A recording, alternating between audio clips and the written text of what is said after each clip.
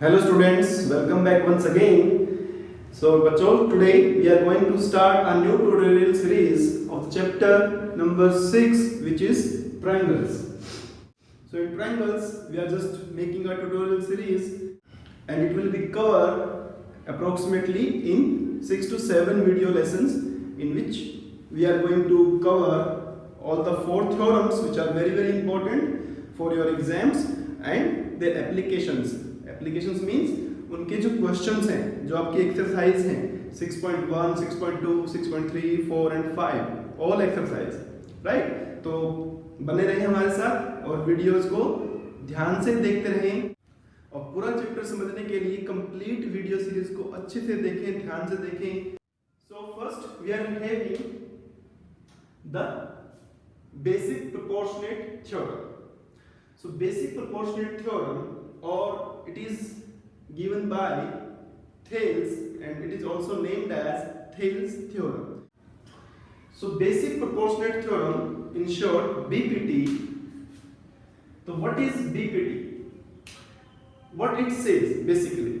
तो यार first you need to learn the statement. आपको statement आनी जरूरी है, क्योंकि sometime क्या होता है, क्वेश्चन में पूछते हैं कि state and prove BPT या state and prove Thales theorem, ठीक है। तो स्टेटमेंट आपको आनी चाहिए, बहुत आसान स्टेटमेंट है।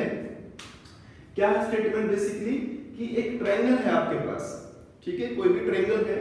If a line is drawn parallel to one side of a triangle, एक ट्रायंगल दिया है आपको, उसमें एक साइड के पैरेलल आपने एक लाइन को ड्रॉ करना है। तो जब आप एक लाइन को ड्रॉ करोगे, एक लाइन के एक साइड के पैरेलल, तो वो जो लाइन है that cuts the two other sides at two different points to intersect the other two sides in distinct points.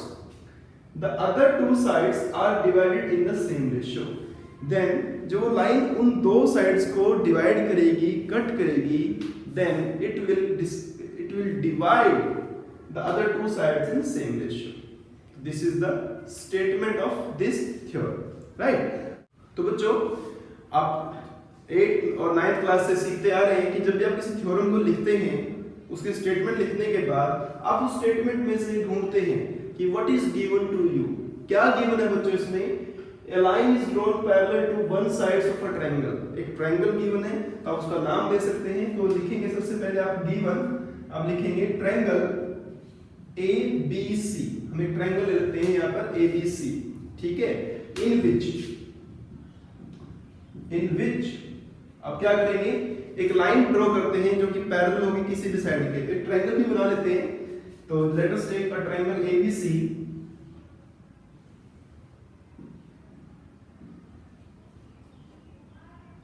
अब नॉर्मली BC यहां पर बेस मान लेते हैं, ठीक है। तो एक साइड एक लाइन ड्रॉ करते हैं इसके अंदर।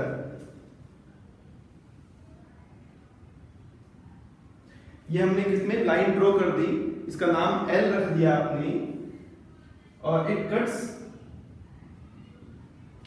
The other two sides at two distinct points D and E। तो triangle ABC in which L parallel BC। L एक लाइन हमने मान ली जो BC के क्या है, पैरेलल है। इट कट्स, कट कर रही है ना, it cuts AB and AC, it cuts AB and AC at D and E respectively।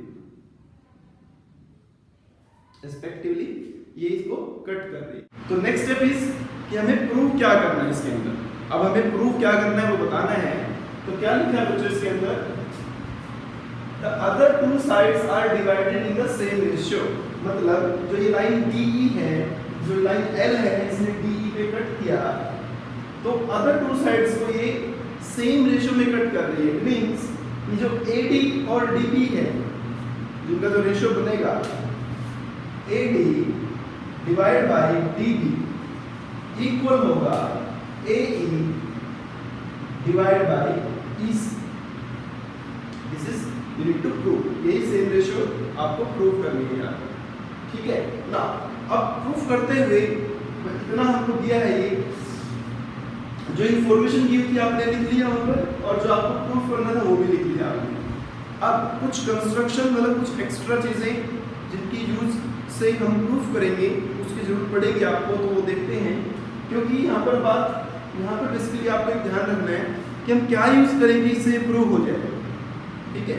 तो हम यहाँ पर एरिया ऑफ ट्रायंगल की प्रॉपर्टी यूज करेंगे। तो एरिया ऑफ ट्रायंगल अगर आपको पता है that is 1/2 base into height होता है। 1/2 बेस इंटू हाइट होता है आपका एरिया ऑफ ट्रायंगल। तो बेस और हाइट के लिए आपको बस परपेंडिकुलर होना चाहिए। तो एक परपेंडिकुलर ड्रॉ कर लेते हैं, तो कंस्ट्रक्शन में आ जाएगा आपका। तो परपेंडिकुलर क्या करते हैं, इस E पॉइंट से एक ले लेते हैं EF, और D पॉइंट से ले लेते हैं DG, ठीक है। दो परपेंडिकुलर ड्रॉ कर लेते हैं इसके, और साथ ही क्या करते हैं, यहाँ पर भी ट्रायंगल बनाने के लिए इसको ज्वाइन कर देते हैं लाइक दिस, ठीक है। तो दिस इज आवर कंस्ट्रक्शन। और यहाँ से जो कंस्ट्रक्शन आप करेंगे वो थोड़ा डॉटेड लाइन में लिखें, कि जो पेपर चेक करने वाला है उसको अलग से दिखे कि ये कंस्ट्रक्शन है, और जो डार्क लाइन है वो गिवन है। क्या करें आप यहाँ पर कंस्ट्रक्शन में आप लिखें ड्रॉ परपेंडिकुलर, ड्रॉ EF। आप क्या करें, EF परपेंडिकुलर ड्रॉ करते हैं। अब देखिए ध्यान से, EF ये परपेंडिकुलर है आपका AD या AB, आप लाइन को पूरी ले सकते हैं आप ये। तो जो ये EF है that is perpendicular to AB, तो यहाँ लिखेंगे perpendicular to AB, and what DG perpendicular to AC, also join BE and CD। Now coming to the proof part, अब इसका प्रूफ करना है, ठीक है। अब प्रूफ करने के लिए आप थोड़ा ध्यान से देखिए AD और DB आपको कहाँ पाएंगे। आप AD अगर आप किसी ट्रायंगल की पार्ट करेंगे तो आप देखेंगे कि अगर आप ADE ट्रायंगल यूज करते हैं, ध्यान से देखिए ADE अगर ट्रायंगल यूज करते हैं तो आप पाएंगे कि AD बेस है और EF उसमें परपेंडिकुलर है। सिमिलरली अगर आप नीचे वाला ट्रायंगल यूज करते हैं D, B और E, तो DBE अगर आप यूज करते हैं तो पाएंगे कि इसमें जो बेस है दैट इज DB, और जो EF है, अब आप कहेंगे सर EF तो DB पे तो नहीं है, लेकिन एक्सटेंडेड DB पे तो है ना। अगर आपने DB को एक्सटेंड कर देंगे लाइन को, क्योंकि लाइन सीधी है, तो वो EF उस पर भी परपेंडिकुलर होगा, ठीक है। तो हम यहाँ पर यूज करेंगे एरिया ऑफ ट्रायंगल। अब लिखे we know that area of triangle is 1/2 base into height। This is the formula, right. अब क्या करना, आप क्या करें, एक बार तो आप देखिए, एक बार ट्रायंगल ADE यूज करें और ट्रायंगल BDE यूज करें। तो देखिए आप ऐसे, क्योंकि रेशियो की फॉर्म में प्रूफ करना है तो रेशियो ही ले लेते हैं। तो area triangle ADE divide by area triangle BDE, it is 1/2, the base is AD and height जो आपने कंस्ट्रक्शन किया था EF है, अगेन 1/2 into BD, और कंस्ट्रक्शन आपने किया था EF, तो EF cancel, 1/2 cancel, you will get AD divided by BD, that is your। ऐसे ही आप देखिए कि आप AE और AC कहाँ पाएंगे। तो AE आपके पास है, ADE ट्रायंगल में है, ADE ट्रायंगल अगर आप लेकिन जो EC है वो है आपका DCE ट्रायंगल का पार्ट। तो ऐसे ही रेशियो फिर से लेते हैं,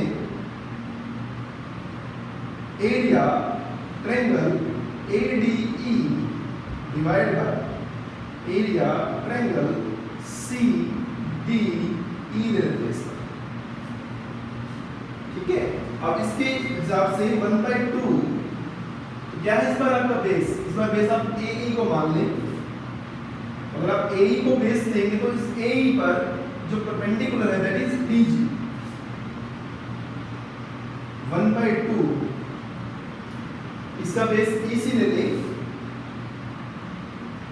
into DG, तो DG कैंसिल, 1/2 भी कैंसिल, तो AE divide by EC that is number 2। अब बच्चों यही दो रेशियो, नाउ आपको ये दोनों रेशियो इक्वल प्रूव करनी है। यही दो रेशियो आपको इक्वल दिखानी है। देखिए ध्यान से AD DB AE EC, यही तो है ना जो आपको प्रूव करना था। अब ये दोनों इक्वल कैसे होंगे? सबसे इम्पोर्टेंट बात ये है कि ये चीज और ये चीज इक्वल कैसे होगी। अब आप एक बात बताएंगे, अगर आप इन दोनों रेशियो, क्योंकि इसकी वैल्यू ये है, इसकी वैल्यू ये है, तो ये दोनों इक्वल कब होंगी? अगर मैं बता दूं बच्चों दोनों इक्वल है, ये दोनों है ना। आप ध्यान से देखें ADE और AD दोनों का न्यूमरेटर तो इक्वल है, तो दोनों रेशियो इक्वल कब होंगे?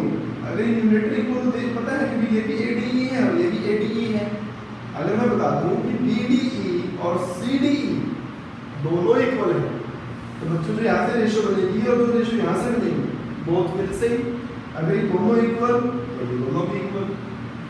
तो इसके लिए आप थोड़ा सा पीछे जाएंगे 9th क्लास में, और वहाँ पर एक थ्योरम थी वहाँ पर, अगर आपको याद है तो, ये आपकी parallelogram on same base and same height वाली थ्योरम थी। उसके आपने आगे कन्वर्ट किया था कि triangles having same base between parallel lines, तो आपका एरिया सेम रहेगा। तो आप ध्यान से देखें DE और BC पैरेलल है, as DE पैरेलल BC।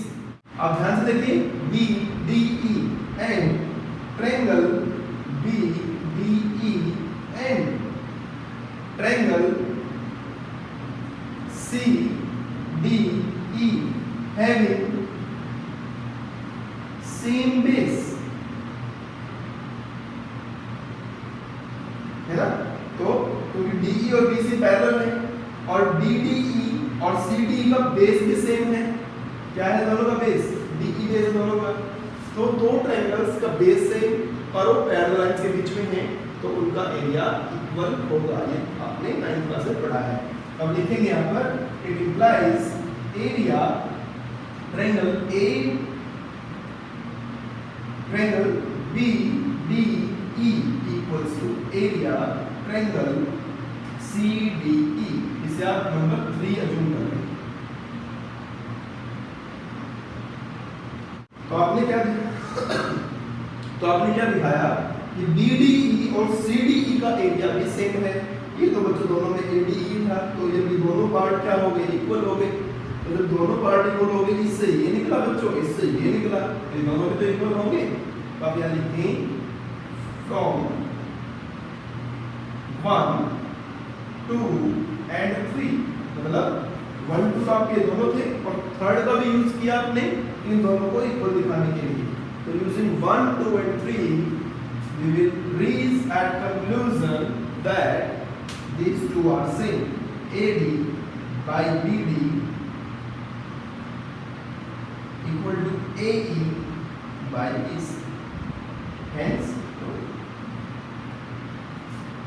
तो this is the theorem, इसका नाम है थेल्स थ्योरम, इसका नाम है बेसिक प्रोपोर्शनेट थ्योरम, या जिसे हम शॉर्ट में कहते हैं BPT, राइट। अब इसका बच्चों कन्वर्स भी ट्रू है, ठीक है। अब इसका कन्वर्स भी देखेंगे, सब क्वेश्चंस जो हमारे होंगे उनमें हम कन्वर्स की हेल्प से भी क्वेश्चन सोल्व करते हैं। तो कन्वर्स क्या हो सकता है? कन्वर्स क्या होता है किसी चीज का कि इस थ्योरम में जो गिवन है आपको और प्रूव आपने ये किया है, अब कन्वर्स में क्या होगा? ये गिवन होगा और जो आपको गिवन था, गिवन क्या था? L पैरेलल BC, ये प्रूफ करना होता है, ठीक है। तो आपके CBSE में जो आपका है उसमें इसका कंक्रीट प्रूफ नहीं है, तो हम सिर्फ उसको याद करेंगे कि कन्वर्स क्या होता है, कन्वर्स ऑफ BPT क्या होता है। तो कन्वर्स ऑफ BPT क्या होता है आप लिखेंगे यहाँ पर, जो लिखा है if a line is drawn parallel, ये नहीं लिखेंगे, ठीक है ना, ये नहीं लिखेंगे, ये आपको प्रूफ करना है कन्वर्स में। क्या लेंगे कि इन एनी ट्रायंगल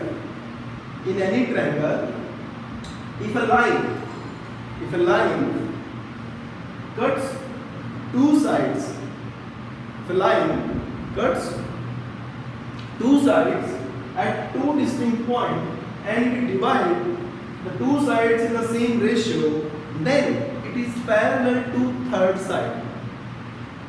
थर्ड दो को कट कर रही है वो, तो जो तीसरी साइड बची उसके वो पैरेलल हो जाएगी, वो कन्वर्स हो जाएगा सर। ठीक है, उसके क्वेश्चंस करेंगे। अब जब क्वेश्चंस आएंगे तो आपको मैं समझाऊं। ठीक है, आई होप आपको थोड़ा अच्छे से समझ में आई है। थ्योरम याद करने का सबसे बेस्ट तरीका है कि आप उसे बार बार लिखें, स्टेप्स को लर्न करें। Now in the converse of BPT, right, the converse of BPT we are having here a triangle.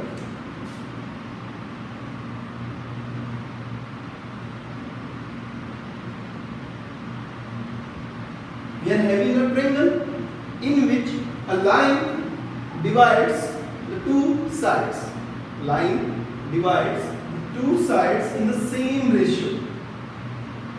So L divides AB and BC, AB and AC in the same ratio. मतलब आपको दिया है यहाँ पर, given है आपको इसमें कि A, यहाँ पर इसको आप पॉइंट लेते हैं D और E, AD by DB equal to AE by EC, ये दिया है आपको। ठीक है, इसमें अगर AD by DB AE by EC अगर इक्वल है, देन तो ये L है आपकी, या DE भी कह सकते हैं आप इसे, DE parallel to BC।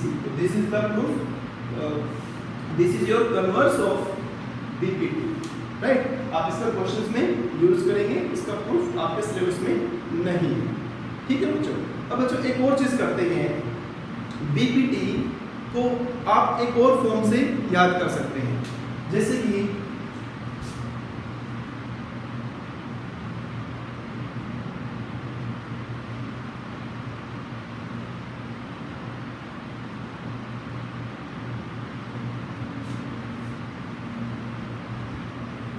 अब बीपीटी में समटाइम्स क्वेश्चंस करते हुए आपको एक चीज और प्रूव करना होता है। टू प्रूव, क्वेश्चन सॉल्व करते हुए आपको एक और कंडीशन यूज करनी होती है बीपीटी में, that is AD by AB equal to AE divide by AC। मतलब अभी आपने क्या प्रूव किया, अभी बीपीटी में क्या प्रूव किया था आपने कि AD by DB equal to AE by EC, ठीक है ना। लेकिन कुछ क्वेश्चंस के अंदर ये इस कंडीशन का भी यूज करना पड़ सकता है। अब इसे प्रूफ कैसे करेंगे, तो जैसे कि आपको पता है, अभी आपने थोड़ी देर पहले थ्योरम प्रूफ की, क्या किया आपने उसमें, AD by DB equal to AE divide by EC। आप इसे क्या करें, आपने कैसे प्रूफ किया इसको, आप लिख दें यहाँ पर बाय DPT, आपने DPT से ये आ गया। अब मुझे ये वाला पार्ट प्रूव करना है, मतलब DB की जगह AB लाना है, तो बड़ी बात नहीं है, आराम से लाएंगे, रेशियो है, बहुत आराम से आप कर सकते हैं। आप क्या करें, अगर इस रेशियो को रिवर्स कर दें तो भी ट्रू रहेगा, अगर इस रेशियो को रिवर्स कर देंगे तो ट्रू रहेगा, राइट। अब क्या करते हैं इसमें बोथ साइड अगर मैं 1 ऐड करूं, कुछ फर्क पड़ेगा इक्वालिटी पे, कुछ फर्क पड़ेगा इक्वालिटी पे, इधर भी 2 उधर भी 2, तो 2 equal to 2 plus 1 either side, तो 3 इधर भी 3। सेम चीज अगर आप ऐड करते हैं तो उसमें फर्क नहीं पड़ेगा। ठीक है बच्चों, क्या करते हैं, यहाँ पर AD LCM ले लेते हैं, तो DB प्लस AD हो गया, यहाँ पर AE LCM ले लेते हैं, EC प्लस AE हो गया। अब BD प्लस AD, ध्यान से देखो, BD में अगर AD ऐड करते हैं तो हो गया ना आपका AB, सिमिलरली यहाँ पर AC। इसे फिर से रिवर्स कर दो, मतलब AD by AB equal to A by S. ठीक है, तो अगर मैंने प्रूफ करवा दिया आपको, ऐसे प्रूफ भी आ सकता है इसका, लेकिन आप सर यूज बहुत करेंगे क्वेश्चन सॉल्व करने में। ठीक है, तो आप इस थ्योरम को आप अच्छे से रिवाइज करें। नेक्स्ट वीडियो में हम पढ़ेंगे एक्सरसाइज 6.1।